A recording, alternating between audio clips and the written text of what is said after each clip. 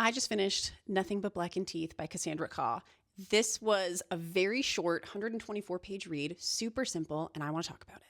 The best way to describe the plot is a bunch of friends with quite a lot of unresolved baggage end up renting a haunted Heian mansion. I did like it. I did think it was really fun for such a short ride. It was very fast-paced. It was very brutal. It was very intense and character-focused. But there were a few things that I didn't really care for.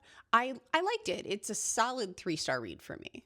I felt like there was it felt like word count padding. She re-described the same character and how attractive he was and how handsome he was over and over. And I thought it was going to be really important to the story. And it just didn't end up being as important as I thought it would be. And there were some things she included that I felt should have been more important or were being teed up to be more important. I wasn't sure if she was hunting to expand her word count, but I feel like there were so many areas of opportunity where she could have done that elsewhere. Like single lines about the different types of yokai, or walking people through a little bit more of the bizarreness of the mansion. I just felt like she had a ton of opportunities to expand in different ways that would have felt more productive to the story. I think Khaw is a beautiful writer. She has an incredible skill for storytelling and metaphor, and the way she tells stories is very interesting.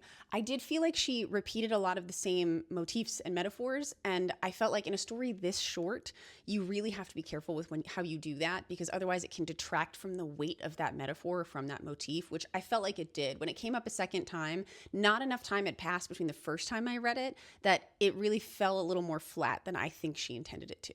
This book read like a horror movie, and I loved that. I thought that was really cool. The 20-somethings acted like 20-somethings, dumb and in a horror movie, but it was super easy to visualize. I would not be surprised if this were something that ended up coming to the screens in the near future, because this is definitely something that is horror movie-esque. I love the interweaving of Japanese yokai. I thought that was so cool. It's super unique. You don't get that in a lot of English books, the use of Japanese demons and things like that. It was really, really cool. I just wish she would have spent more time and used that padding instead of re-describing certain things. Give us a little bit more background into the yokai and into the monsters. Like, help us understand the mythology as an audience. And I think that would have given the story a lot more weight to me.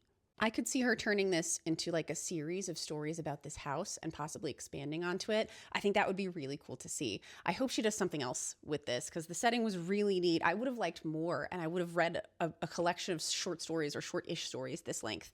I hope she continues on with it, but she's a great writer. I'm going to be looking into more books that she's written, because I felt like she can only get stronger from here. This is quick, this is short, this is easy, it's intense, it's fast-paced, it moves, it doesn't waste its time. So I would recommend this if you're a horror reader, but go in knowing that it's not going to be a perfect book, but it is going to be a decent, good book.